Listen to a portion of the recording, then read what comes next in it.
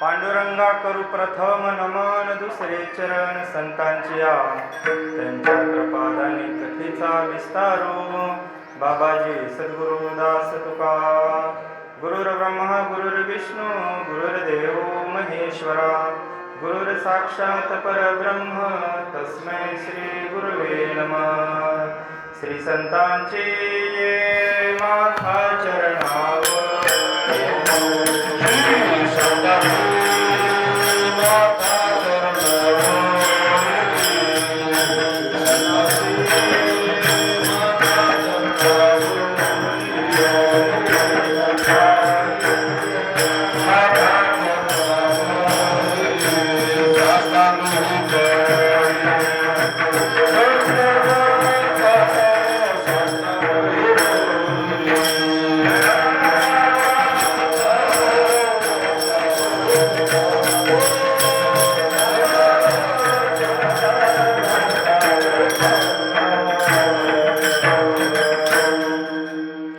श्री संतांचे माथा चरणावरी साष्टांग हे करी दंडवत. विश्रांती पावलो सांभाळा उत्तरे, वाढले अंतरी प्रेम सुख. वचनायका कमला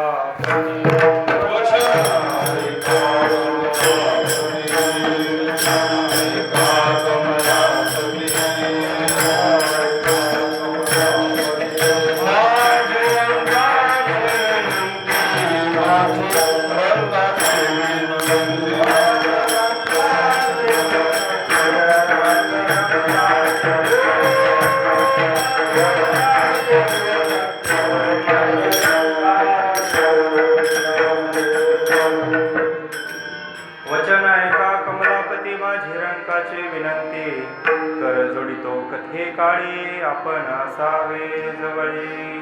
विठ्ठल विठ्ठल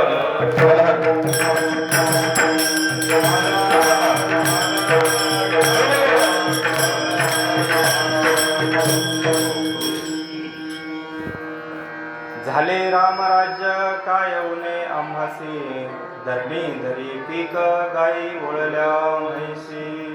राम वेळोवेळा आम्ही गाऊ विये. दळिता कांडिता जेविता गे बाई. आज गुरुवर्य नाना आणि गुरुवर्य बापूंच्या पुण्यतिथी सोहळ्यानिमित्त हा 3 दिवसीय वैष्णव मेळावा आणि त्या वैष्णव मेळाव्याच्या पहिल्या दिवसाची ही पहिलीच उद्घाटनपर सेवा माझ्याकडे भाऊंनी दिली. करू आपण सद्गुरूंच्या कृपेने सेवा. विठ्ठल विठ्ठल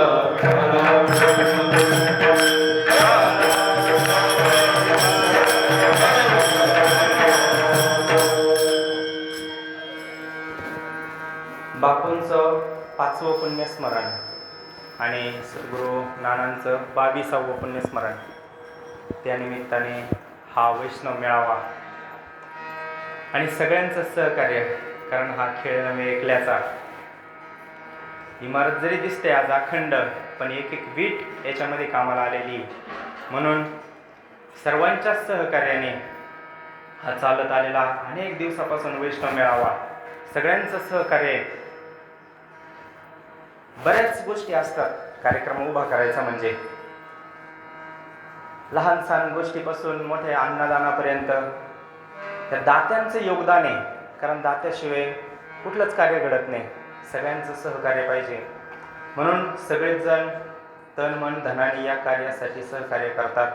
म्हणून सगळ्यांना अंतःकरणापासून धन्यवाद देऊ, सेवेला सुरुवात करू. विठ्ठल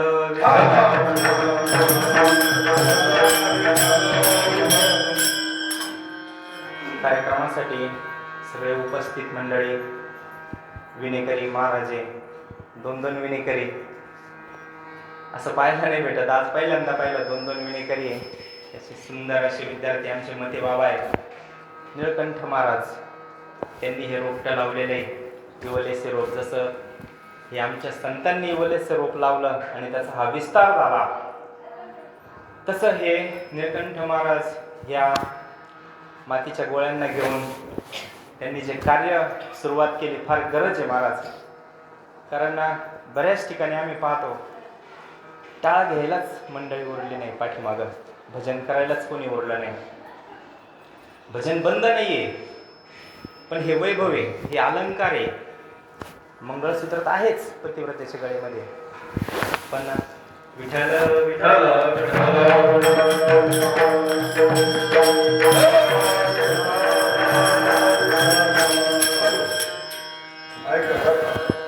कीर्तन चालू झाल्यानंतर मध्ये दर्शनाला पण जात नाही. कीर्तन सुरू झालं जागेवर दर्शन घेऊन बसायचे सगळे. विठ्ठल विठ्ठल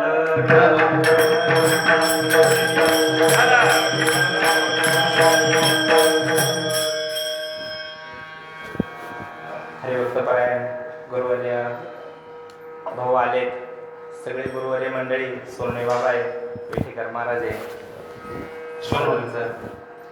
नाव परिचित अपरिचित सगळ्यांना धन्यवाद. महाराज बरेच अयोध्या वगैरे जाऊन आले आणि काय भगवंताची रामराज्य आज योगायोग. महाराज प्रत्यक्ष रामाचं दर्शन घेऊन आलेले आणि आपल्याला पण आज प्रत्यक्ष रामाचंच दर्शन आहे. विठ्ठल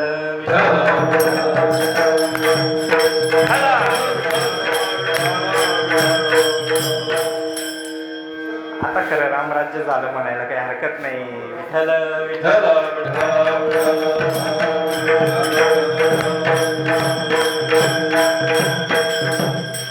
म्हणून सगळ्यांचं सहकार्य पंगत आहे.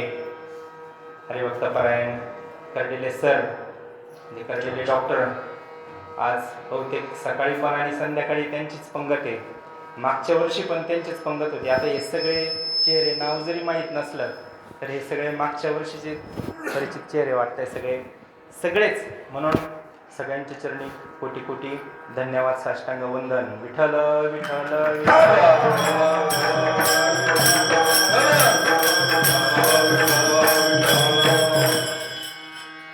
झाले रामराज्य काय उन्हे आम्हासी, धरणी धरी पीक गाई ओळल्या म्हशी. तर महाराजांचा अभंग आहे. जगद्गुरु संत तुकाराम महाराज, वैराग्याचे शिरोमणी, कडकडीत वैराग्य, संत पंचायतनामधले वैराग्य म्हटलं का ज्यांचा नंबर लागतो, जगद्गुरु संत देहनिवासी संत तुकाराम महाराज, त्यांचा हा अभंग आहे. महाराज त्यांना अनुभूती काय आली, भगवंताचं नामस्मरण करता करता करता करता करता त्यांच्या जीवनामध्ये काय अनुभव आला त्यांना, त्यांनी या अभंगातून वर्णन करून सांगितलं आहे. भगवान प्रभू श्री रामचंद्र आणि भगवान श्रीकृष्ण हे 2 अवतार असे ना, पूर्ण अवतारे महाराज, हे दोन्ही पूर्ण अवतारे. आणि त्यांच्या नामस्मरणाने महाराजांच्या जीवनामध्ये काय परिवर्तन झालं, या अभंगाच्या माध्यमातून आपल्या समोर ठेवलेले आहे. महाराज सगळे गुरुवर्य मंडळी आहे आणि वास्तविक माझं काही इथं उभं राहण्याचं काही कारण नाही, पण आता आले समर्थाच्या मनात, संतांच्या मनात, भगवंताच्या मनामध्ये जर आलं तर ते काय कोणाकडून करून घेतील याचा काही भरोसा नाही. कोणत्याच दृष्टीने जर पाहिलं तर तुमच्या लक्षात आलं असेल, ताल नाही सूर नाही, पण काय सद्गुरूंची कृपादृष्टी असेल या व्यासपीठावर उभं केलं महाराज, करू आपण त्यांच्याच. कारण बापू असताना फार यायची इच्छा होती, तिकडे पाहायचो आम्ही बापूंना आणि इच्छा मनातून खूप असायची एक दिवस यावं. कारण भाऊंच्या मुखातून कायम शेरीचं मेळाव्याचं वर्णन, ठराविक असे ठिकाणे आणि आमचा दंडक येतो भाऊंच्या मुखातून ज्यांचं नाव येईल ते म्हणजे सांगायचं मला शब्दाच्या पलीकडचाच विषय, त्याच्यावर शिक्कामोर्तब झाल्यासारखंच आहे. म्हणून फार दिवसाची इच्छा असायची बापूंच्या, पण कदाचित नाही भगवंतांनी आपलं त्यावेळेस ऐकलं. नंतर हा योग आला बापूंच्या पश्चात का होईना. कारण संतांच्या बाबतीत नेहमी असं बोललं जातं भगवंताच्या बाबतीमध्ये, का जरी त्यांनी देह ठेवला, संतांनी देह ठेवला, भगवंताने अवतार घेतला, भगवंतही अवतार घेऊन निघून गेले महाराज आपलं कार्य साधून. पण नेहमीच असं बोललं जातं का संत कुठं जात नाही, संत कुठं जात नाही, संत कुठं जात नाही. आणि खरोखर जातही नाही संत कुठं. आता तुम्ही आम्ही जाणकार मंडळी त्यांच्याच कृपेने आपल्याला हे ज्ञान झालेलं आहे का संत म्हणजे, नाम म्हणजे हे एक तत्व आहे. ते तत्व कुठं जात नाही, कुठं येत नाही महाराज. ते सगळ्यांच्या हृदयात आहे. नवे नवे जगात अशी जागाच नाही का ते तत्व सोडून थोडीशी जागा शिल्लक, अशी जागाच नाही महाराज. संत जात नाही कुठं, हे बरोबर आहे महाराज.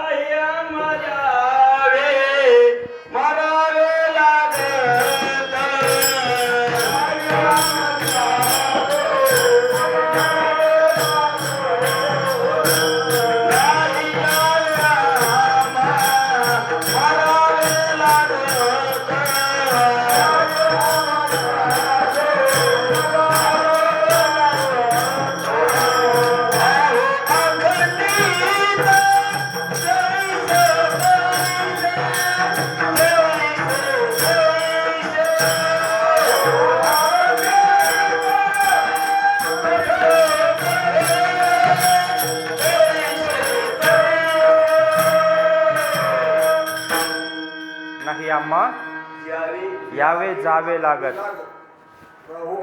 हा, अखंडित त्याच्यामध्ये काही बदल होत नसतो महाराज.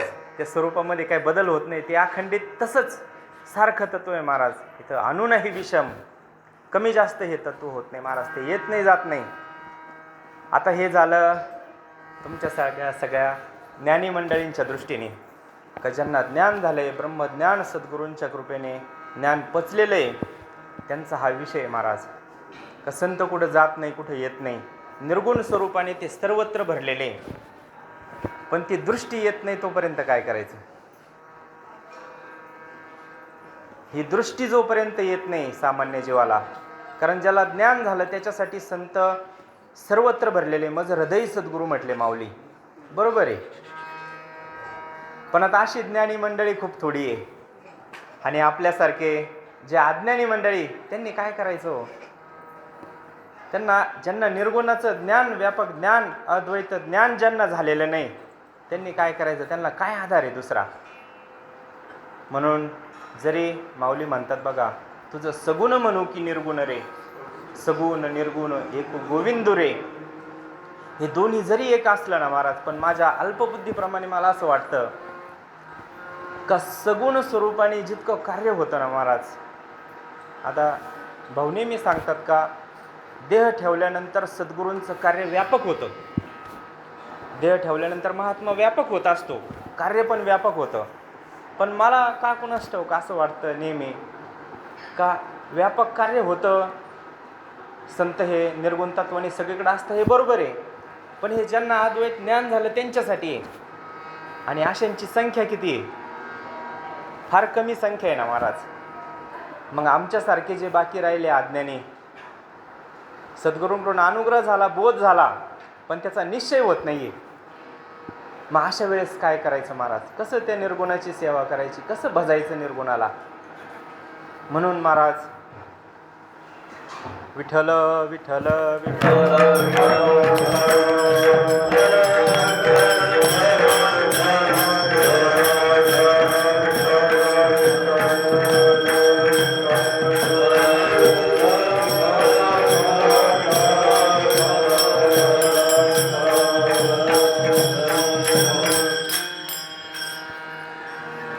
म्हणून गवळणी जरी रडत होत्या महाराज, गवळणी वेड्या झाल्या होत्या भगवंतासाठी. आणि पहा ना, एकदा शब्द दिला, खोटं बोलले बरं का भगवान परमात्मा. आता जिथं फक्त सत्य आहे महाराज, आनंद, अद्वय, नित्य, निरामय, जे भगवंताचं स्वरूप आहे किंवा सत्य साच खरे, नाम विठोबाचे बरे.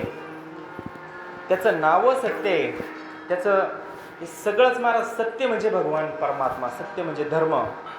आणि तो भगवान परमात्मा खोटं कसं काय बोलू शकतो? खोटं कसं काय बोलू शकतो? ज्याचं स्वरूपच सत्य आहे. त्याच्या ठिकाणी समजा सूर्य आहे, सूर्याच्या ठिकाणी अंधार संभ होतच नाही कधीच. तसं भगवान परमात्मा आहे, सत्य स्वरूप आहे त्याचं. आणि गवळणींना खोटं बोलतो तो काय कारण असावं बरं? त्याला एकच कारण आहे महाराज, काही प्रेम कारण आहे त्याला. प्रेम, भक्ती, प्रेम, सुख नेनवे आणि का. कारण हे भक्तीचं प्रेमाचं सुख असे का त्या प्रेमामध्ये सगळं चालतं महाराज. कारण तिथं सगळे नियम व्यवहारातले शास्त्राचे, सगळे शास्त्राचे सुद्धा नियम तिथं गुंडाळून ठेवावे लागतात महाराज. म्हणून भगवंत खोटं बोलून निघून गेले महाराज. पण त्या गवळणींची काय स्थिती होती? तीच स्थिती आपण अनुभवतोय महाराज. कारण हे सगुणाचं प्रेम काय वर्णन करून सांगणार आहे? ह्या अनुभवायचा विषय फक्त. मन वेडे रमतती नाही, मन वेडे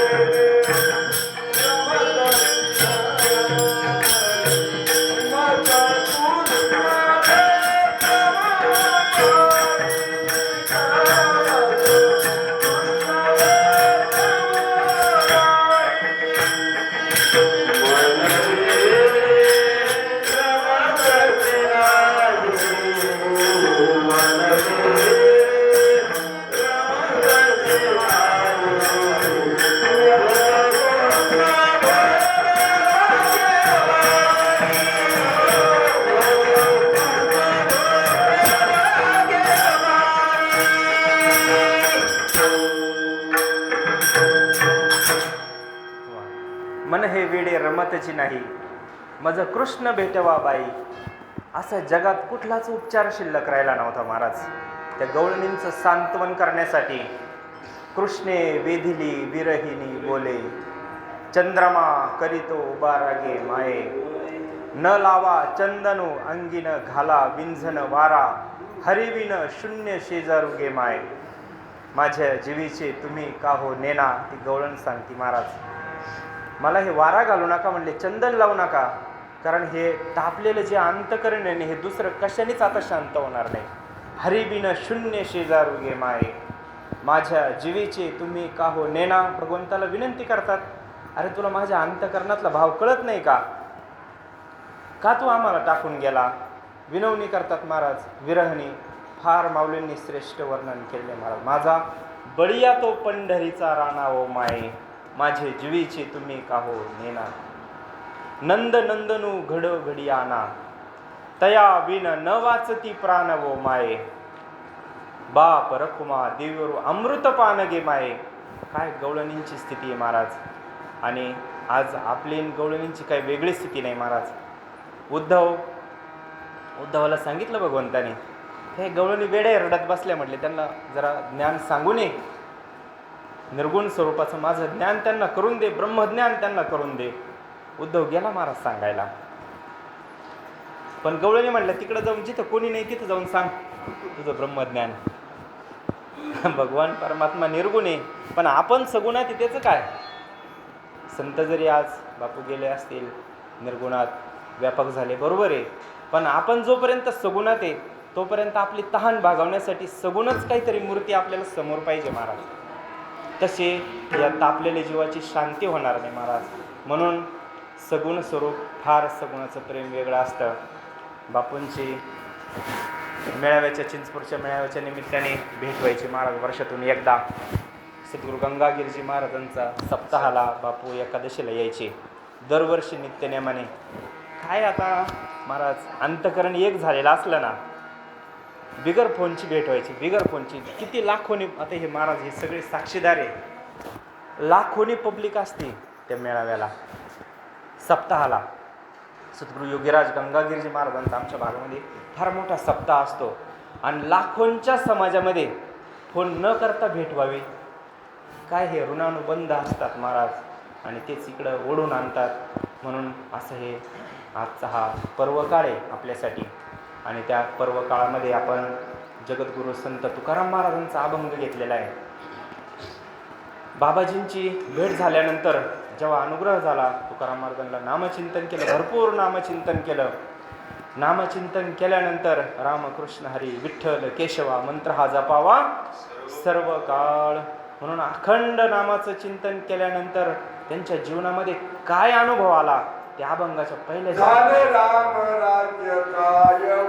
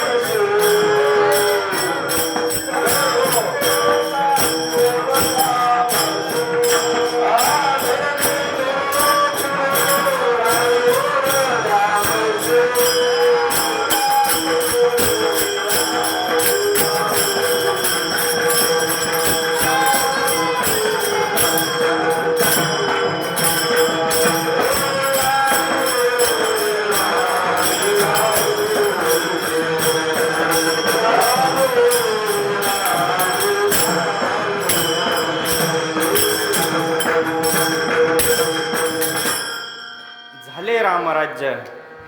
महाराजांचा हा निश्चय झालेला आहे का भगवंताच्या नामस्मरणाने रामराज्य. आता महाराजांच्या जीवनात रामराज्य आलं.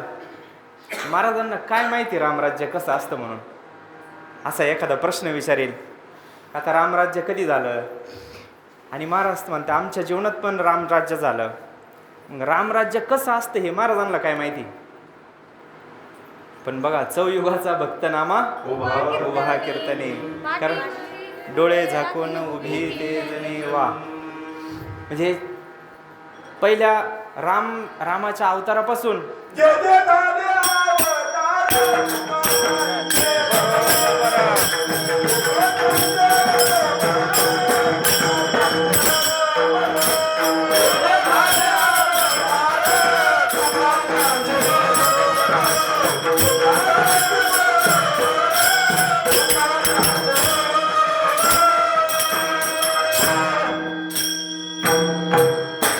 प्रत्येक अवतारामध्ये तुकाराम महाराज भगवंताच्या बरोबर आहे. महाराज जेव्हा भगवंताला अवतार घ्यायचा तेव्हा हेच सगळे कधी गोपाळ म्हणून येतात, कधी वानर म्हणून येतात, कधी संत म्हणून येतात. प्रत्येक वेळेस जसा भगवान परमात्मा रूप घेतो तसं आता पण भगवान परमात्मा संत आहेत आणि आपण पण कधीतरी असू गोपाळ असू, कधीतरी वानर असू. आणि ह्या जन्मात पण आपण त्यांच्यासोबत येण्याचं भाग्य आपल्याला मिळालं. म्हणून महाराजांचं पण प्रत्येक रामावतारामध्ये अंगदाच्या रूपामध्ये होते, कृष्ण अवतारामध्ये उद्धव म्हणून होते, परत इकडं पांडुरंगाबरोबर नामदेवरायांच्या रूपामध्ये होते महाराज. म्हणून प्रत्येक वेळेस तुकाराम महाराज भगवंताच्या बरोबर आहे. म्हणून त्या अवतारामध्ये त्यांनी रामराज्य पाहिलेलं आहे, कसं रामराज्य असतं. म्हणून रामराज्याचं काय वर्णन करायचं महाराज. रामराज्य खरोखर आज गरज आहे बरं का त्याची. कारण आज आजूबाजूचं वातावरण जर पाहिलं ना तर खरं आपल्याही जीवनामध्ये रामराज्य होण्याची गरज आहे. आपलं अजून झालं का नाही झालं थोडीशी शंका आहे. कारण जे पुढं फलप्राप्ती त्याची सांगितली ना त्याच्यामध्ये आपण बसल्या पाहिजे. जे परिणाम सांगितले रामराज्य होण्याचे त्या परिणामामध्ये आपलं जीवन बसल्या पाहिजे. तुकाराम महाराजांचं जीवन बसलं त्याच्यामध्ये. मग आपण त्याच्याशी तुलना करून पाहिजे आपलं जीवन त्याच्यामध्ये बसतं का नाही बसतं. परिणामामध्ये झाले रामराज्य काय उणे आम्हासे. महाराज म्हणतात रामराज्य झाल्यानंतर आमच्या जीवनात काहीच कमी नाही आहे. कसं काही कमी नाही आता हे कधी कळणार आपलं. कारण व्यावहारिक प्रापंचिक परिस्थिती जर पाहिली तर विरुद्ध आहे. सुरुवातीच्या काळात अनुकूल परिस्थिती होती पण नंतरची पाहिली तर फार प्रतिकूल परिस्थिती आहे. महाराज तर म्हणतात आम्हाला काहीच कमी नाही आहे. आता याचा कसा मेळ लावायचा महाराज, झाले रामराज्य काय होणे आम्हासे. कारण सगळं जरी असलं आणि समाधान जर नसल आणि काहीच नसू द्या आणि समाधान जर असेल तर सगळं न भेटून सुद्धा भेटल्यासारखंच आहे. विठ्ठल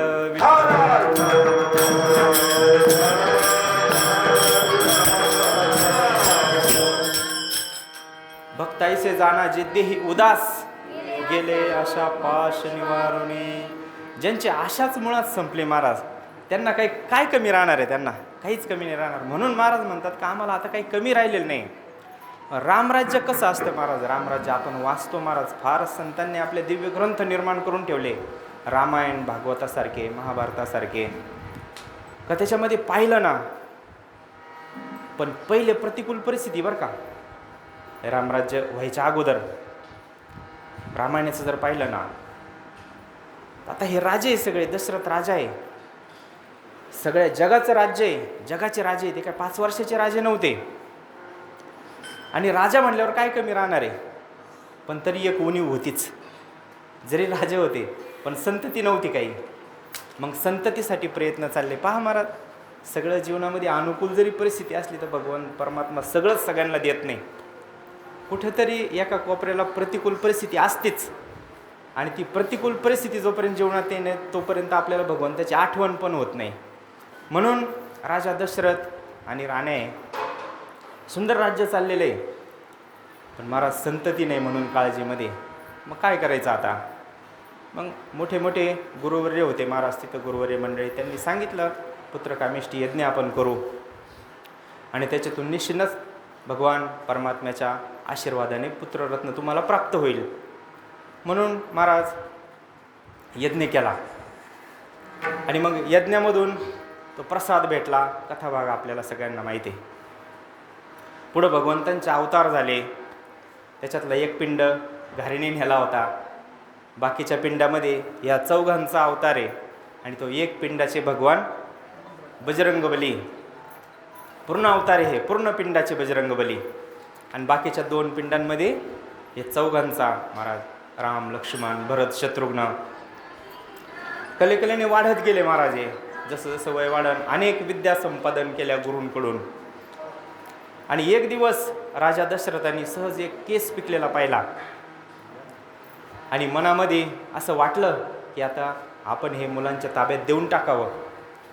पहा, जे मोठे मोठे असतात ना महाराज, मोठे मोठे साधू संत, मोठे मोठे सत्पुरुष किंवा व्यवहारातही जे अशा पद्धतीने वागत असतील ना, त्यांनाही मोठं म्हणायला काही हरकत नाही, त्यांनाही महात्म्य म्हणायला काही हरकत नाही. आणि एक केस पिकल्यानंतर आपल्या पुढच्या पिढीच्या ताब्यात सगळं देऊन टाकणं, याला फार उदार अंतकरण लागतं. तसंच आता हे आमच्यासारख्यांना उभं केलं महाराज, हे रथी महारथी मंडळी सगळे बाजूला. आणि हा तरी काय उद्देश आहे, आत्ताच मार्गाला लावले म्हणजे पुढं यांना धर्मकार्य करायचं आहे. हळूहळू हळूहळू सोयीला लागता लागता लागता हे बरोबर भार टाकला आहे महाराज पुढच्या मंडळींवर. तसं दशरथ राजालाही वाटलं का आपण आता पुढच्यांच्या स्वाधीन हे राज्य करून द्यायचं, म्हणून राज्याभिषेक करायची तयारी आहे प्रभू रामचंद्रांचा एकमताने. कारण भगवंताचं आचरणच असं होतं, आता भगवान परमात्मा येतो, मर्यादा पुरुषोत्तम आहे, सगळ्या मर्यादा ज्यांनी आपल्याला दाखवून दिल्या असा मर्यादा पुरुषोत्तम आहे भगवान परमात्मा. आणि त्यांचा राज्याभिषेक आहे म्हणून सगळ्यांनी एकमुखाने त्याला परवानगी दिली महाराज. सगळ्या प्रजेचा कौल होता का राजा होईल तर रामच होईल, म्हणून राजा राम. उपवास धरले महाराज. पहा, उद्या राज्याभिषेक आहे, सकाळी उपवास धरला, कारण ते गुरूंकडून सगळा विधी करून घ्यावा लागतो. वशिष्ठ मुनी असतील, विश्वामित्र असतील, हे सगळे उपस्थित होते तिथं. आणि त्यांच्या उपस्थितीमध्ये उद्या राज्याभिषेक होणार आहे प्रभू रामचंद्रांचा. आणि अचानक विघ्न आलं महाराज. अर्थात विघ्न नाही म्हणता येणार बरं का त्याला, आता हे आपल्या बुद्धीप्रमाणे आपण चालू, कारण रामायणामध्ये फार सुंदर त्याचं वर्णन आलेलं आहे. आता भगवान परमात्मा उद्या राजा होणार आहे. आता आपण हे म्हणतो का काही जे 2 वर मागितले त्याच्यामुळं भगवंताला वनवासाला जावं लागलं. रामायणामध्ये सांगितलेलं आहे नाथबाबांनी का म्हटले कैकेयीला जो दोषी मानेल ना त्याला खऱ्या गुरुचा उपदेशच नाही झाला म्हटले. काही जो असं म्हणाल इथून पुढं भविष्यामध्ये का कैकईमुळं भगवान परमात्म्याला वनवासाला जावं लागलं, तर त्याला त्याच्या गुरुकडून खरा उपदेश झालेला नाही म्हटलं. म्हणून हे सगळं कारस्थान या स्वर्गातल्या मंडळींचं. कारण हे सगळं केले रामायण बोलिला वाल्मिक तैसीची वर्तून दावीन नामा म्हणे. हे सगळं अगोदरच ठरलेलं होतं भगवान परमात्म्याला येऊन काय करायचंय. मग ते सगळ्या ठरलेल्या गोष्टी होत्या का भगवान परमात्म्याच्या हाताने अनेक पुढं राक्षसांचा वध होणार होता, रावणाचा वध होणार होता. हे सगळं गणित अगोदर ठरलेलं होतं महाराज. वाल्मिकींनी लिहून ठेवलेलं होतं रामायणामध्ये आणि त्याप्रमाणे भगवान परमात्म्याला आचरण करायचं होतं. म्हणून आता उद्या राज्याभिषेक देवाचा होणार आणि मग काय करायचं. राज्याभिषेक जर झाला आणि देव एकदा इथं या खुर्चीवर बसला तर ते काय 5 वर्षाच्या निवडणुकी नव्हत्या तेव्हा. हो बाबा 5 वर्षानंतर हे मोकळे होतील मग पुढच्या कामाला जातील. ते एकदा भगवंत बसले म्हणजे ते बऱ्याच दिवसासाठी तो काळ होता.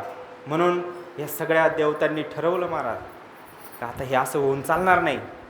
म्हणून मग त्यांनी थोडासा त्या मंथरेच्या बुद्धीमध्ये पालट केला महाराज, सरस्वतीला सांगून. आणि ती मंथरेची बुद्धी फिरवली.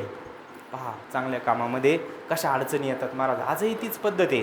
पुढं रामराज्य झालं हे सर्व श्रुते सगळ्यांना माहिती आहे. पुढं रामराज्य झालं पण ते रामराज्य उभं करण्यासाठी काय काय संकट त्या रामराज्यावर आले महाराज. अगोदर अयोध्येवर काय काय संकट आले हे आपल्याला माहिती आहे महाराज. म्हणून सकाळी राज्याभिषेक होणार तर आजच त्या मंत्र्यांनी सांगितलं, म्हटले आता तुला ही योग्य वेळ आहे. तू 2 वर मागितलेले होते दशरथ राजाला, ते 2 वर मागून घे म्हटले. आता हा राम जर गादीवर बसला तर तुझा भरत तसंच राहील. तुला यांचे सगळं दास्यत्व पत्करून यांची सेवा करावं लागन.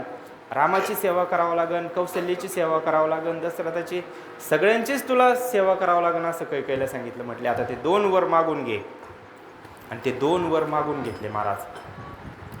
1 वर म्हणजे माझ्या भरताला राज्य दे म्हटले आणि दुसरा वर म्हणजे भगवान प्रभू रामचंद्राला 14 वर्ष वनवास. विठ्ठल विठ्ठल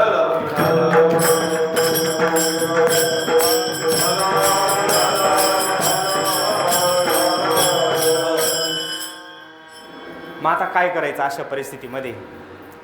कैकेयीने सांगितलं आता मी शॉर्टकटमध्ये घेतो कारण आपल्याला 12:30पर्यंत आवरायचं आहे. मग कोपग्रहामध्ये जाऊन बसली कैकेयी. राजाला कळालं काय झालं म्हणून समजूत काढायला गेले. तर तिने सांगितलं असं असं होतं असेल तर ठीक आहे म्हटले. आता ही वेळ आलेली मला ती वर 2 द्यायची. ते 2 वर मागून घेतले आणि त्याप्रमाणे करायला लावलं महाराज. मग जेव्हा ही गोष्ट प्रभू रामचंद्रांना माहीत झाली, काय प्रतिक्रिया असावी हो प्रभू रामचंद्राची. यालाच रामराज्य म्हणतात बरं का. आणि आपल्याही जीवनात त्याचं रामराज्य व्हावं. अभंग सुटतो नाही सुटतो मला नाही माहिती, पण आपण थोडंसं रामराज्य काय असतं हे बघू. दिलेल्या जेवढ्या वेळात जेवढं होईल तेवढं होईल. रामराज्याचा अर्थ काय का उद्या सकाळी गादीवर बसायचं आणि आज संध्याकाळी सांगितलं का वनवासाला जावं लागेल. काय किती आनंदामध्ये उपवास धरला होता महाराज प्रभू रामचंद्र. सीतामाया यांनी उपवास धरला आता उद्या पारणं फेडायचं आणि गादीवर बसायचं. आणि अचानक त्यांना सांगितलं का नाही आता तुम्हाला वनवासाला जावं लागेल 14 वर्ष. कधी जीवनामध्ये प्रतिकूल परिस्थिती येईल हे काही सांगता येत नाही मला. मग ज्याच्याकडं खरं हे ज्ञान आहे त्याला त्याचं काही वाटत नाही. कारण भगवंताच्या आपल्या सद्गुरूंच्या इच्छेमध्ये इच्छा मिळून चालायचं त्याला आपल्याला शिकवलेलं असतं अगोदरच. का जसं आले देवाजीच्या मना तेथे कोणाचे चाले ना, तिथं कोणाचं काही चालत नाही महाराज. पण हा बुद्धीचा निश्चय व्हावा लागतो. बऱ्याच वेळेस आपल्या जीवनात पण अनुकूल प्रतिकूल घटना घडतात पण आपला तो निश्चय टिकत नाही बुद्धीचा. कारण हलून जातं सगळं अचानक जर एखादं दुःख आलं. म्हणून ह्याच्यातून घ्यायचं तरी काय रामायणामधून. सुख दुःख समान सकळ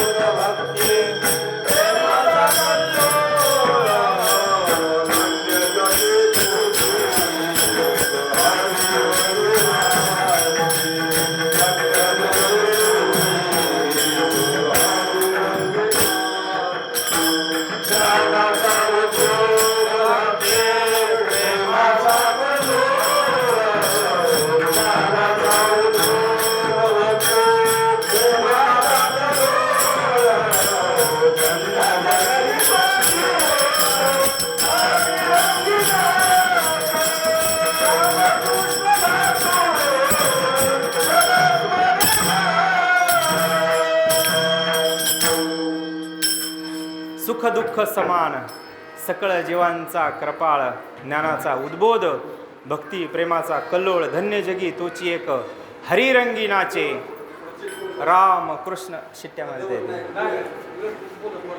विठ्ठल विठ्ठल विठ्ठल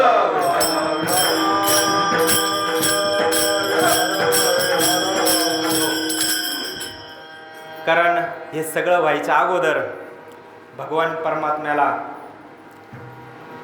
वशिष्ठांकडून हे ज्ञान प्राप्त झालं होतं महाराज. जे आपल्याला ज्ञान प्राप्त झालं ना तेच ज्ञान प्रभू रामचंद्रांना प्राप्त झालेलं होतं अगोदर. कारण विनंती केली होती तेव्हा विश्वामित्र हे सगळे संत बसले आणि त्यांनी सांगितलं जरी हा भगवान परमात्म्याचा अवतार असेल भगवान विष्णूचा जरी अवतार असेल पण देहाला सगुणामध्ये आले ना त्याच्यामुळं ही जी प्रक्रिया आहे ही आचारसंहिता आहे त्याच्यामधून जावंच लागल. म्हणून म्हटले जरी भगवान परमात्मा असेल पण सद्गुरूंच्या पायाशी शरण जावंच लागन हा विषय झाला. म्हणून विश्वामित्रांच्या सांगण्यावरून वशिष्ठांनी अनुग्रह दिला महाराज प्रभू रामचंद्रांना. पण आता त्या सुंदर ओव्या आल्यात बालकांडामध्ये इतक्या भारी ओव्या आहे ना महाराज का हे अनुग्रहाचं असं आहे ते म्हटले का विचारल्याशिवाय सांगू नये आणि मला द्या म्हटल्याशिवाय देऊ नये अशा ओव्या आहेत. आता मला ओव्या नाही सांगता येणार पण मी वाचलं बालकांडामध्ये का जे सद्गुरू खरे सद्गुरू आहे त्यांनी हे ज्ञान विचारल्याशिवाय सांगू नये हे असा दंडक आहे महाराज रामायणामध्ये सांगितलेलं आहे. मग आता प्रभू रामचंद्र तर त्यांचा आता भगवान परमात्मा कधी वृत्तीवर येतो का हो? वृत्तीवर येत नाही भगवान परमात्मा. आता त्या तत्वाशी ते तत्व म्हणजेच भगवान परमात्मा आहे ते काय परत मलिन होणार आहे? नाही होत, मलिन नाही होत. पण ह्या प्रक्रियेमधून जावं लागन सांगितलं आणि म्हणून रामचंद्रांनी मग शरण गेले वशिष्ठ मुनींना आणि ते ज्ञान दिलं आणि त्या ज्ञानाचा परिपाकी मग हा सुख दुःख समान सकळ जीवांचा कृपाळ ज्ञानाचा उद्बोध भक्ती प्रेमाचा कल्लोळ धन्य जगी तोची एक हरिरंगी नाचे राम कृष्ण वासुदेव सदा स्मरे वाचे. पुढं सांगितलं महाराज विषयी विरक्त नाही सगळे लक्षणं सांगितले बा जे रामराज्यातले सगळे लक्षणे विषयी विरक्त. आता हे राज्य म्हणजे तरी काय होतं त्यांच्या दृष्टीने विषयचे राज्य म्हणजे काय विषयचे विषयी विरक्त जया नाही आपपर संतुष्ट सर्वदा सोय व्यापक निर्धार. महाराज लाथ मारली त्या राज्याला.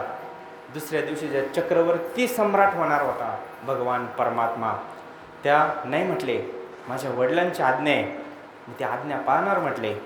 सगळ्यांनी शोक केला. महाराज हे भरत तर नव्हते तेव्हा तिथं.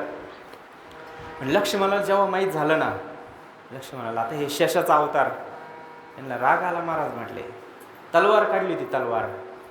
म्हटलं एखादा राजा आणि त्याच्या राणीचं ऐकून राज्याच्या हिताच्या आड जर येत असेल ना तर त्याला समजून सांगावं. समजून जर नाही ऐकलं तर मग त्यांचा कार्यक्रम केला तरी चालतो म्हणले. लक्ष्मणाने तलवार का धनुष्य माझा त्याचा वध करण्यासाठी म्हटले आता मी संपून टाकतो नसतील ऐकत तर. कारण परत असा राजा भेटेल का राज्याला? रामासारखा राजा परत भेटेल का? नाही म्हटले. म्हणून अनेक जणांचं हेच मत होतं सगळ्यांचं हेच मत होतं का रामाला वनवासाला. पण हे माता काही यांचं ठरलेलं होतं महाराज हे काय ऐका ना. कारण ती अवदसा शिरली होती. पहा संगतीचा परिणाम किती घातक असतो. म्हणजे एक क्षण जरी दुर्जनाची संगती घडली ना आपल्यासारख्याला सुद्धा बरं का कुसंगे नाडीला साधू जैसे म्हणले आपल्यासारख्याचा हिशोबच नाही तिथं. साधूला जरी एक क्षण चुकीची संगत घडली ना तरी पण तो कुठेही जाऊ शकतो महाराज. मग काही आता सगळ्यात जास्त प्रेम तर रामावर कैकईचं होतं कौशल्या मातापेक्षा जास्त. कारण जेव्हा भगवान परमात्म्याला झोप येत नव्हती ना रडायचे सगळं त्याचं पोट भरलं का रडायला सुरुवात करायची. मग काय करायचं मग कौशल्य मातेने घ्यावा आणि भरताकडे नेऊन ठेवा काही मातेच्या त्या गृहामध्ये. आणि भरताला आणि भगवंताला जेव्हा शेजारी झोपवलं का तेव्हा हे शांत बसायचे. अशी स्थिती होती महाराज या दोघा बंधूंची. कैकईचं जास्त प्रेम होतं. मग असं झालं कसं काय? पण संगती घडली महाराज मंथरीची संगती घडली. आपल्या जीवनात बऱ्याच वेळेस अशा मंथरा येतात बरं का. म्हणजे आता तेव्हा तरी एकच होती आता या मंत्र्यांची संख्या वाढली आणि आपल्याला धोका आहेच त्यांच्यापासून. म्हणजे सावध राहायला पाहिजे ना, ते सावध राहण्यासाठीच हा सत्संग आहे महाराज. म्हणून सकाळी राज्यावर बसणार आणि आज माहीत झालं का उद्या तुम्हाला राज्यावर नाही बसायचं, वनवासाला जायचंय. मग ही तयारी झालेली होती महाराज. अनुग्रह वशिष्ठांकडून भेटला होता म्हणून विषयी विरक्त जाया नाही आपपर, हे सगळ्या विषयाला लात मारून आणि वनवासाला निघाले महाराज. जाणीव शहाणीव ओझे सांडोनी आदुरी, आपण वस्ती कर वर्त तसे संसारी. हे सगळं बाजूला ठेवलं महाराज. हे सगळे ओझे जे होत्या ना, जाणीवेचं पण, कारण हे शत्रूचे महाराज परमार्थामधले, कळायला लागलं ना आपल्याला थोडं, तर हे सुद्धा घातकच आहे. म्हणून हे सगळे ओझे आपल्याला पण बाजूला ठेवायचे आणि पुढं चालायचं आहे महाराज. म्हणून झाले रामराज्य काय उणे आम्हासी, धरणी धरी पीक गाई ओळल्या म्हैसी. रामराज्यामध्ये अशी परिस्थिती होती महाराज का गाई म्हशी म्हटले दूध द्यायच्या, इंजेक्शन द्यायच्या अगोदर दूध द्यायच्या म्हटले. आता अवघड झाले आता, कारण तेवढा गावरान होते ना सगळे. आता हे सगळं जर्शी आल्यामुळं काय झालं, अगोदर इंजेक्शन नंतर दूध आहे. पण महाराज म्हणते का रामराज्यामध्ये तसं नव्हतं. त्या गाई इंजेक्शन द्यायच्या अगोदरच दूध द्यायच्या. अशी परिस्थिती नव्हती, दुष्काळ पडत नव्हते, सगळं अनुकूल वातावरण रामराज्यामध्ये होतं. आणि बघा दुसऱ्या दिवशी वनवासाला निघाले महाराज. बराच मोठा प्रवास, बरंच मोठं कार्य भगवान परमात्म्याला करायचं होतं. म्हणून सगळेच निघाले महाराज. असा राजा सोडून चालला राज्याला, मग कोण तिथं थांबन. सीतामायाची पहिली तयारी झाली महाराज. हे म्हटलं मी येणार. आता सीतामाया नुकताच लग्न झालेलं नवीन जोडपं, आता त्यांनी हा संसार करायचा, आनंदाने दिवस घालायचे का वनवासाला जायचं. सीतामाया म्हटले नाही मी येणार म्हणले तुमच्याबरोबर. अरे म्हटलं नको. आता सीतामाया काय सामान्य घरची नव्हती ना मुलगी महाराज. जनक राजर्षी होते महाराज, राजे पण होते, ऋषी पण होते, राजर्षी होते, त्यांची ही मुलगी सीतामाता. आणि तिने पण जायचा निर्णय घेतला महाराज प्रभू रामचंद्राबरोबर. म्हटले तुला वनातलं सहन होणार नाही, कारण तिथं काही सगळी व्यवस्था नाही, खायप्यायची काही राहायची व्यवस्था नाही, तू येऊ नको, घरी थांब, इथलंच अयोध्येमधलं तू राज्याचा उपभोग घे म्हटले. त्यांनी सांगितलं नाही, जिथं रामच नाही राहिले तिथं अयोध्या कसली म्हटले. अयोध्या कशामुळे आहे, राम आहे म्हणून अयोध्या आहे. रामच जर त्या अयोध्यात राहिले नाही तर मी तरी कशाला राहू म्हणले. जिथं माझे राम आहे तिथं मी राहील म्हटले, तिथंच माझी अयोध्या आहे. विठ्ठल विठ्ठल.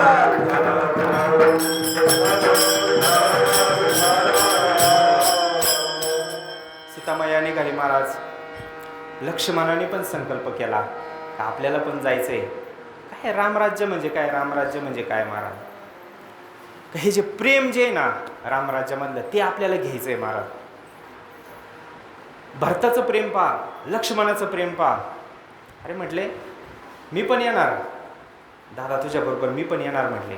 लक्ष्मण थांबत नाही. म्हटले आता मी गेल्यानंतर या आईवडिलांची सगळ्यांची काळजी कोण घेणार, भरत शत्रुघ्न इथं नाही, तू थांब इथं. पण लक्ष्मण ऐकत नाही महाराज. मग त्या लक्ष्मणाच्या आईकडे गेले सुमित्रा माता. म्हटले लक्ष्मणाला समजून सांगा काही का इथं हे तुमची सेवा कोण करणार आहे. लक्ष्मणाला म्हणे येऊ नको आमच्याबरोबर, आम्ही जातो दोघं. तेव्हा सुमित्रा माता म्हटले मी याला असं दूधच पाजलं नाही म्हटले, का जो रामाला सोडून मुलगा राहील ना असा तो मुलगा माझा नाहीच म्हणले. विठ्ठल विठ्ठल. माझ्या हे दुधाची शक्तीच नाही म्हटले, मी त्याला दूध पाजलेलं आहे त्या अर्थी तो रामाच्या बरोबरच राहणार आहे. म्हणून असे बरेच जण महाराज प्रभू रामचंद्राबरोबर निघाले.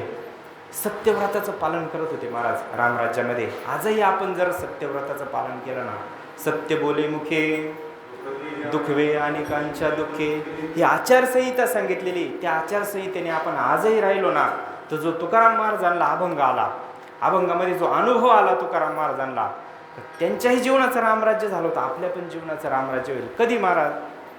आणि आपल्या जीवनात राम आले ना, आपल्या जीवनात राम आले नाही असं म्हणता येईल का आपल्याला. नाही महाराज, सद्गुरूंच्या रूपाने आपल्या जीवनात रामच आले. मग जर आपल्या जीवनात राम आले तर मग आपल्या जीवनाचं रामराज्य झालं का नाही हे पण पाहणं फार गरजेचं आहे.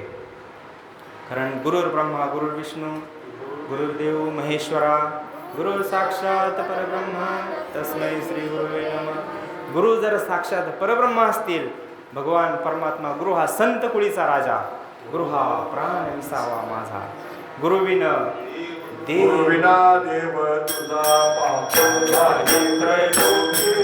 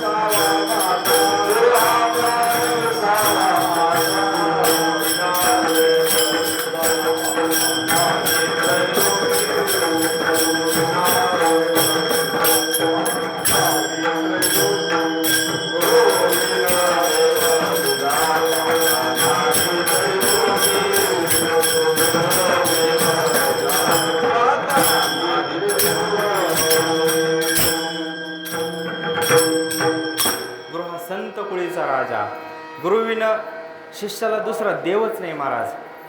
मग प्रभू रामचंद्रच आपल्या जीवनात आले ना हो भगवंत सद्गुरूंच्या रूपाने. मग प्रभू रामचंद्रच जर आले, मग जिथं प्रभू रामचंद्र आहे तिथं रामराज्य असायलाच पाहिजे ना. मग आपलं हे जीवनाचं रामराज्य झालं का नाही झालं हे कशावरून कळायचं? का हे जे सगळे लक्ष नाही ना, भरताकडं पाहून जे वाटतं आपल्याला महाराज, असं एकमेव घटना इतिहासात अशी घडून गेलेली का तिकडं भगवान परमात्मा आहे प्रभू रामचंद्र आणि इकडं भरत आहे, आणि दोघांच्या मध्ये फुटबॉलसारखं राज्य महाराज, इकडून तिकडं तिकडून इकडं इकडून तिकडं. प्रभू रामचंद्र म्हणतात अरे भरत तू राज्य सांभाळ, आणि भरत म्हणतो नाही मी त्याला ऐकीचं नाही. अशी एकमेव घटना त्याच्यानंतर आजपर्यंत कधी घडलं नाही का त्या खुर्चीसाठी महाराज. आपण पाहतो तिकडे काय महाराज परमार्थ सुद्धा तेच झालंय, विठ्ठल विठ्ठल.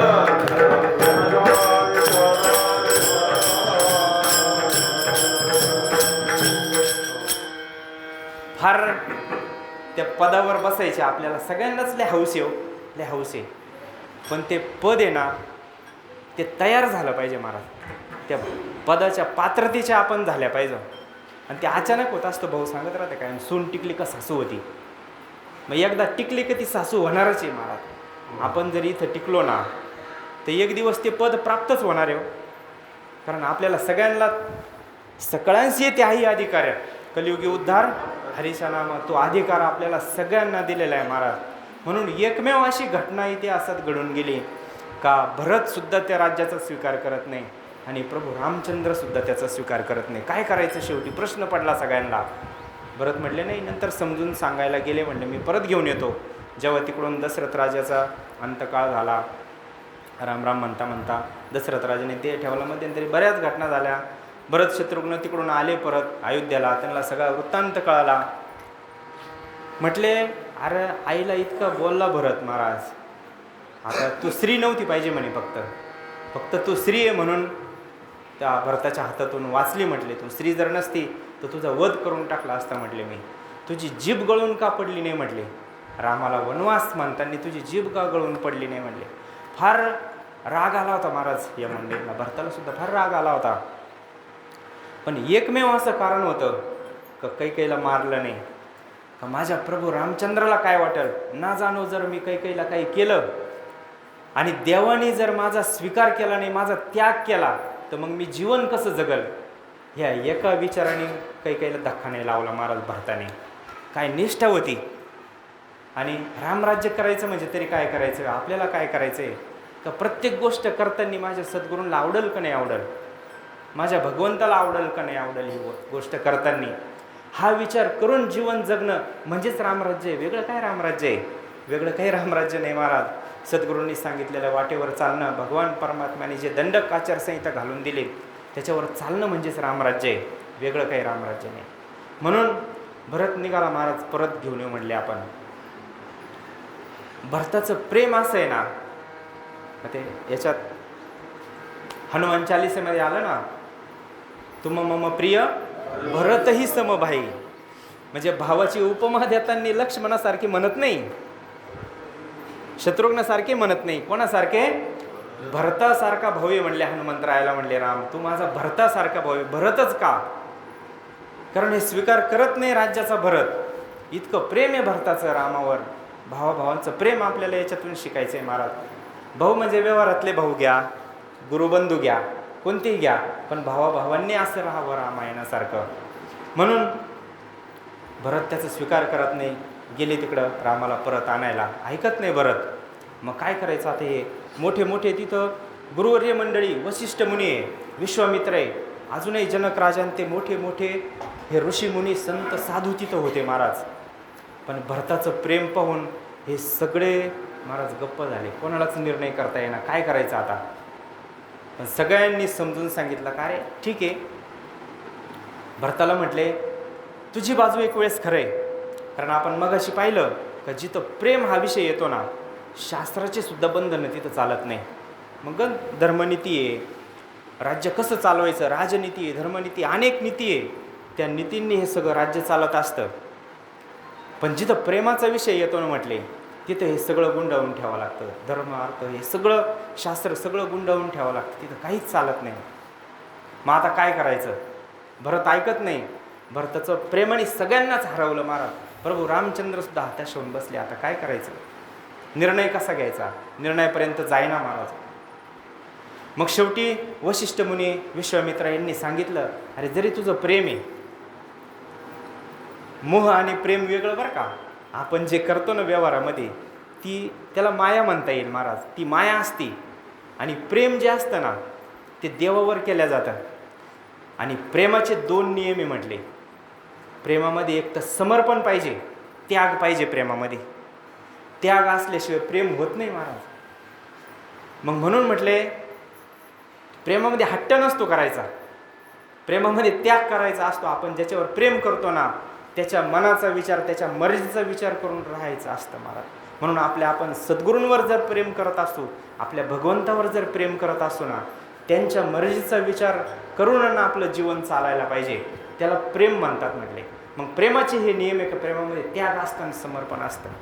मग आता काय करायला पाहिजे? भरताला म्हटले आता तू ज्याच्यावर प्रेम करतो त्यालाच विचार काय करायला पाहिजे. कारण समर्पणाशिवाय प्रेम साध्य होत नाही महाराज. मग भरताने महाराज गुडघे टेकवले आणि प्रभू रामचंद्रासमोर म्हटले आता तुम्ही सांगा. डोक्यामध्ये प्रकाश पडला महाराज. कारण ते प्रेमाने आंधळे झाले होते सगळे. मग आता एक किरण आशेचा त्यांना दिसला आणि म्हटले आता तुम्ही सांगा मी काय करायचं. तेव्हा सांगितलं प्रभू रामचंद्राने पहा आता हे भगवान परमात्मा आहे, चतुरात शिरोमणी. म्हटले तुझ्या राज्याचा मी स्वीकार केला. प्रभू रामचंद्र म्हटले भरता तुझ्या राज्याचा मी स्वीकार केला. विठ्ठल विठ्ठल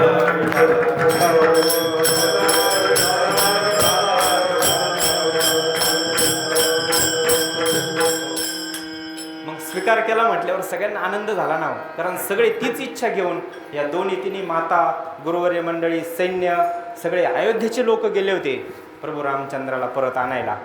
आणि राज्याचा स्वीकार केला म्हटल्यावर सगळ्यांना आनंद झाला का आता प्रभू रामचंद्र परत येणार म्हटले. आता हे राज्य माझं झाले म्हटले. भरताला शब्द दिला. सगळ्याला भरताला आनंद झाला. आता प्रभू रामचंद्र घरी येणार. मग काय करायचं? सगळ्यांना आनंद झाला. पण म्हटले थांबा ऐका आता मी काय सांगतो. आता हे माझं राज्य झालं ना, याच्यावर माझा अधिकार झाला. मग मी सांगेल तसं सगळ्यांनी करायचं म्हटले. मग काय करायचं? म्हटले आता 14 वर्ष तू सांभाळी. राज्य माझं आहे पण मी तुला जबाबदारी देतो का 14 वर्ष तू याचा सांभाळ कर. आणि 14 वर्षानंतर मी जेव्हा वनवासातून येईल ना तेव्हा हे राज्य जसंच्या तसं परत घेईन म्हटले तुझ्याकडून. मग ठरलं महाराज काय आता भगवंताची आज्ञा आहे. स्वीकार केला. पादुका घेऊन गेले महाराज. म्हटले 14 वर्षाच्या नंतर 1 दिवस जरी उशीर लागला ना तरी मी अग्निकाष्ट घेईन म्हणले. अग्नीमध्ये माझा प्राण देईल. हे भरताचं हे रामराज्य आहे महाराज. भावासाठी किती प्रेम आहे दोघांचं एकमेकासाठी. भरताचं, लक्ष्मणाचं हे सगळं सोडून गेले महाराज. 14 वर्ष निराहारी, 14 वर्ष झोप नाही, 14 वर्ष जेवण नाही. काय सेवा असेल त्या लक्ष्मणाची. हे बंधू प्रेम पाहून ना आपल्याला इथं त्याच पद्धतीने राहायचं आहे महाराज. आपल्याला जर तसं राहता आलं ना तर आपल्यासाठी ते आज रामराज्याचे. विठ्ठल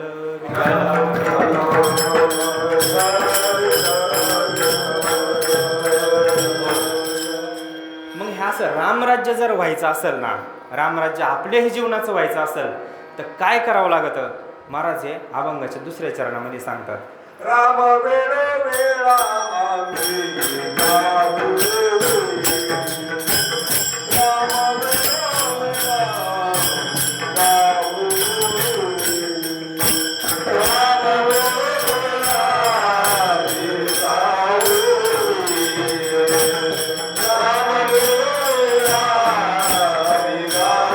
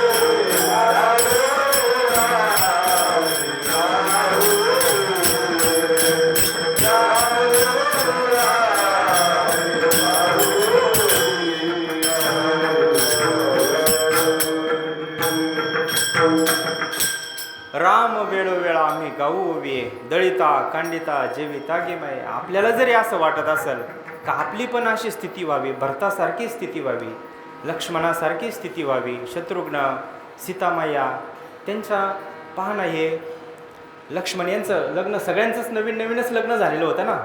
हे सगळ्या चौघा भावंडांचं नुकतंच लग्न झालेलं होतं महाराज. मग आता नुकतंच लग्न झालेले त्यांचे बायको घेऊन फिरायला जातील का वनवासामध्ये जातील महाराज? हे आता काय आपलं काय? आपण जर त्या जागी असतो तर आपण काय केलं असतं महाराज? वनवासाला गेले असते भावाच्या पाठीमागं, का बरं झालं म्हणले असते रामाला दिलं पाठवून, आता हे आपलंच सगळं राज्य आपल्यासारखे असते तर काय केलं असतं तिथं? हाच फरक आहे महाराज.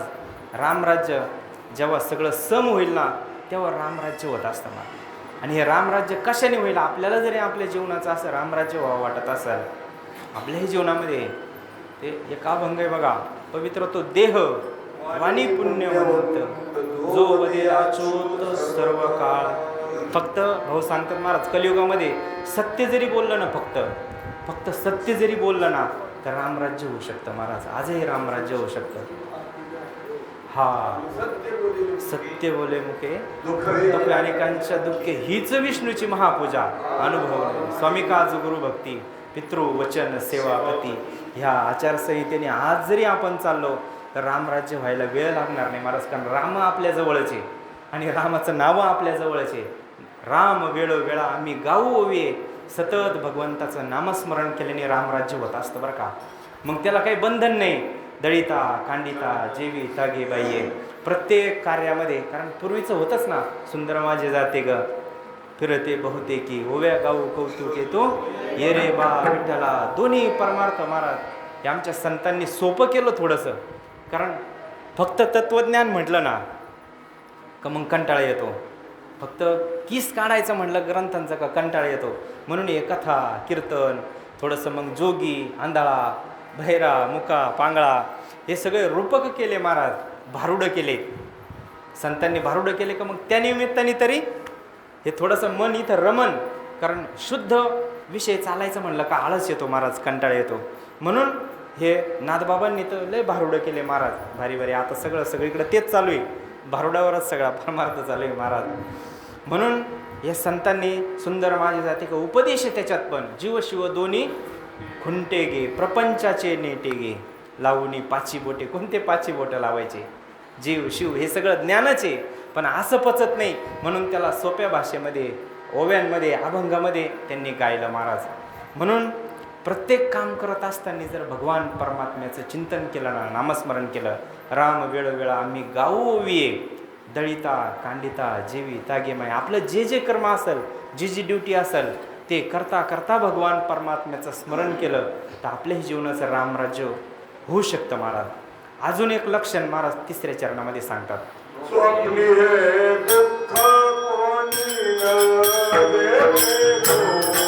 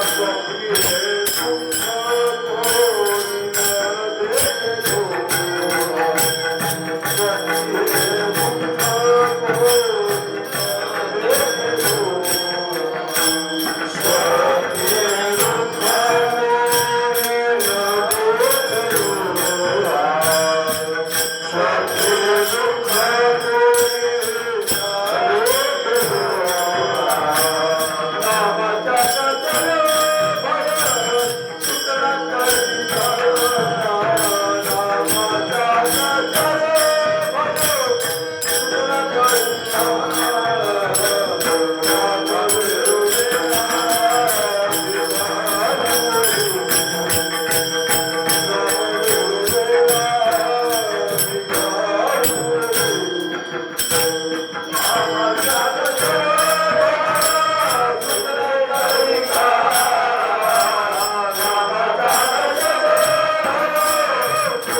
न देखेलो.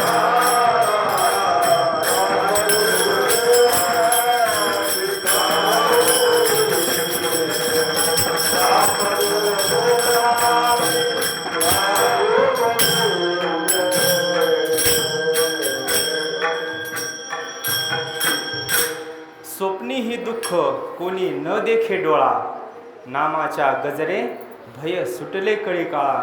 काय कलियुगामध्ये सोपा परमार्थ संतांनी करून ठेवला. अवघ्या वाटा झाल्या क्षीण, कली न घडे साधन, उचित विधी विधान न कळे न घडे सर्वथा. भक्ती पंथ बहु सोपा, फार पुण्य ना गवे या पापा. फार संतांनी सोपी केली पाय वाट म्हणले. हे इतकी सोपी वाट केली ना महाराज, आपलं जे कर्म असेल कर्मधर्म त्यांचा झाला नारायण. त्यांचेनी पावन तिन्ही लोक, वर्णाभिमाने कोण झाले पावन. ऐसे द्या सांगून मज अत्यंजादी योनी तरल्या हरी भजने. तयाची पुराणे भाट झाली, वैश्य तुळाधार गोरा तो कुंभार. धागा हा चांभार रोहिदास, कबीर मुमीन लतीफ मुसलमान. सेना भावी जान विष्णुदास, कान्हो पात्रा खोदू पिंजारे तो दादू. भजने आवे तो हरीचे पाय, चोखा मेळा बंका जातीचे महार. त्यासी सर्वेश्वर ऐक्य करी, नामयाची जनी जेवी पंढरी रावती सवे.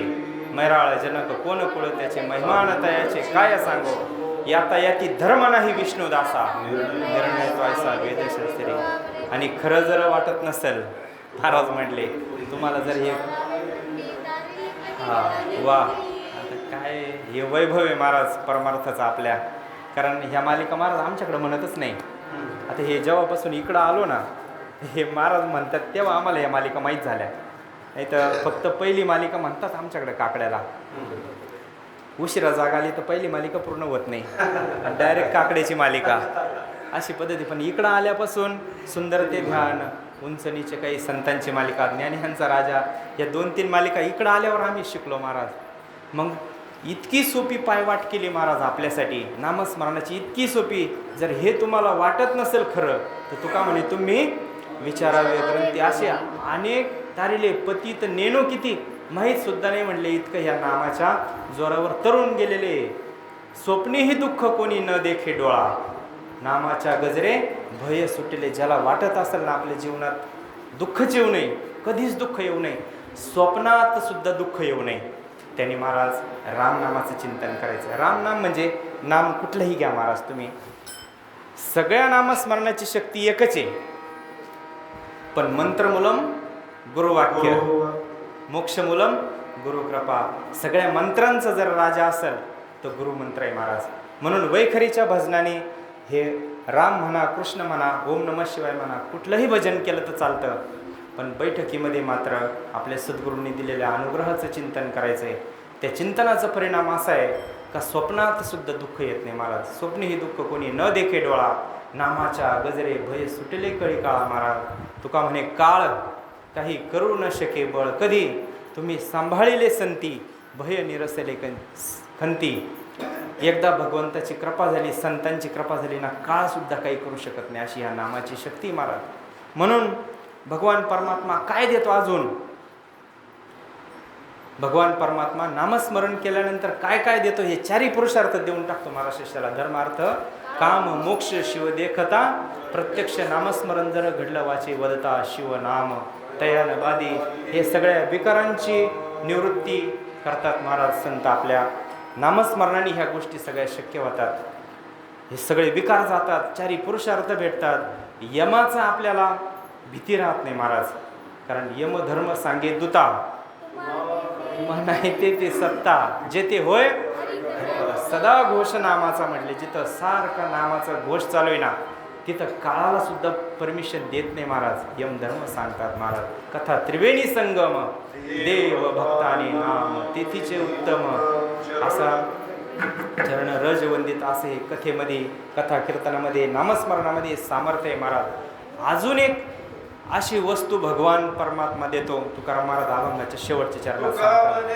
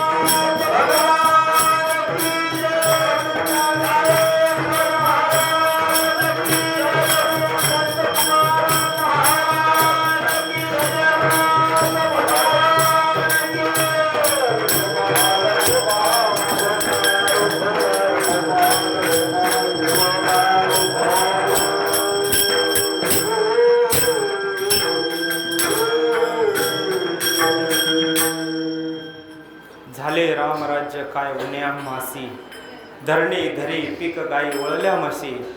राम वेळ वेळा आम्ही गाऊ ओविये, दळिता कांडिता जेविता गे बाईये. स्वप्नी ही दुःख कोणी न देखे डोळा, नामाच्या गजरे भय सुटले कळी काळा. तुका म्हणे रामे सुख दिले आपुले, तया गर्भवासी येणे जाणे खुंटले.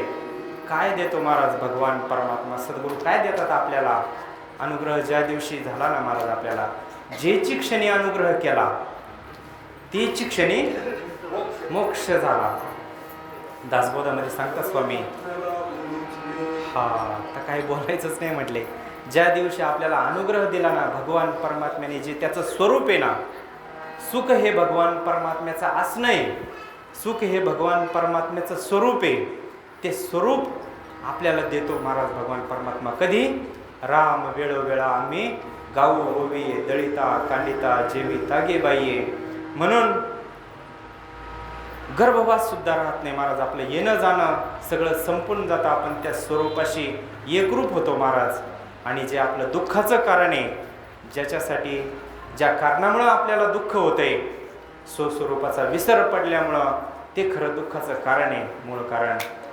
आणि त्याचीच निवृत्ती भगवान परमात्मा आपल्यावर कृपा केल्यानंतर करत असतो महाराज. स्वरूपाचं ज्ञान होतं आणि दुःख हे काय ते स्वप्नात सुद्धा कधी येत नाही महाराज आपल्या. म्हणून अशी कृपा आपल्यावर ज्या संतांच्या कृपेने झाले ना, त्या संतांचं एकदा भजन करू.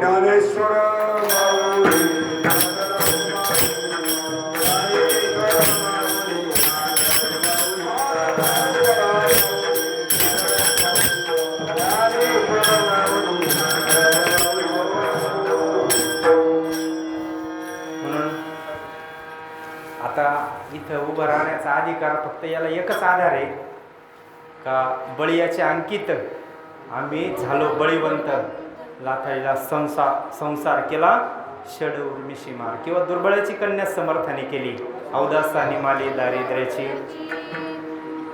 श्री गुरु सारखा आस्था पाठी राखा, इतरांचा लेखा कोण करी. म्हणून हे बापूंचीच कदाचित इच्छा असावा. म्हणून तुमच्या सगळ्यांचा हा फक्त दर्शनाचा योग आहे. माझ्याकडून काय तुमचं समाधान होईल असं काय मला वाटत नाही महाराज. कारण मी काय कोणी चांगला वक्ता नाही आणि एवढं काय महाराजांनी सांगितलं तसं नामस्मरण घडत नाही. त्याच्यापेक्षा कदाचित मोबाईल आपण जास्त वेळ पाहतो. जेवढा वेळ चिंतन करतो ना महाराज, त्याच्यापेक्षा जास्त वेळ आपला इतर कारणांमध्ये जातो. म्हणून पण याला एकच आधार आहे का, समर्थ सद्गुरू जीवनामध्ये आले महाराज आणि आपल्याला इथं उभं केलं. म्हणून सगळ्यांच्या सेवेचा हा योग. सगळेच मंडळी प्रयत्न करतात अंतःकरणापासून. सकाळी त्या अक्का सांगत होत्या, महाराज झाली आपली वेळ संपलेली, 5 मिनटं पुढे गेले, 12:30चा टाईम दिला होता.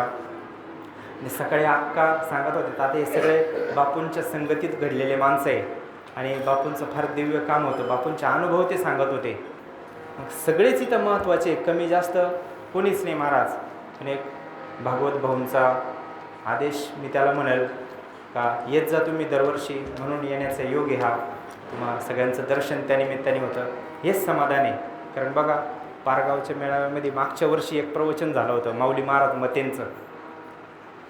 मतेंचं एक प्रवचन झालं होतं. 5च मिनटं बोलले होते, पण इतकं लाखातलं बोलले होते ना महाराज. का इथं समाधानीनं फक्त या मंडळींकडं पाहिल्यावरच समाधान भेटतं. दुसरं इथं कोणतंच साधन करायची गरज नाही महाराज. हे सगळे सेवा करणारे मंडळींचं नुसतं चेहऱ्याकडे जरी पाहिलं ना इतकं समाधान होतं ना. हे सगळे आता नाव नाही मला सगळ्यांचे सांगता येतं, पण हे सगळे अधिकारी महात्मे यांचं फक्त दर्शन जरी झालं ना समाधान होतं. माऊलींचं त्यांनी एक दृष्टांत सांगितलं होतं. म्हटले जेव्हा नाथबाबांची माऊलींची भेट झाली ना ती मुळी लागली वगैरे तो प्रसंग जेव्हा दृष्टांत झाला नाथबाबांना आणि ती गेली होती तिथं ते मुळी लागलेली काढायला, मग तेव्हा ते माऊली महाराज मग त्यांनी दृष्टांत सांगितला. तेवढा दृष्टांत मी सांगतो ना आपण जय विठ्ठल करू. म्हटले माऊलींना त्यांनी प्रश्न विचारला होता का तुम्ही इतक्या दिवसाचा आता समाधी संजीवन हरिपाठ संजीवन समाधी आहे, माऊली जसेच्या तसे बसलेले समोर समय लावलेली ज्ञानेश्वरी ठेवलेली, मग तुम्ही किती पारायण केले म्हटले ज्ञानेश्वरीचे. असं त्यांनी नाथबाबांनी प्रश्न विचारला. नाथबाबांना प्रश्न विचारला. माऊली म्हटले इतके दिवस झाले म्हटले पण एकही पारायण झालं नाही माझं. म्हटले असं कसं काय, ज्ञानेश्वरी समोर आहे तुम्ही वाचत नाही का मग. म्हणजे याचा अर्थ वाचू नये असं नाही घ्यायचा बरं का आपल्याला वाचावंच लागेल. ही माऊलींची स्थिती मी सांगतोय. माऊली म्हटले पारायण नाही झाले माझे. म्हटले मग एखादा श्लोक नाही आणि ओव्या काय वाचून झाल्या नाही म्हटले. मग नुसती ज्ञानेश्वरी समोर ठेवलेली असं काय झालं म्हटले इतक्या दिवसामध्ये.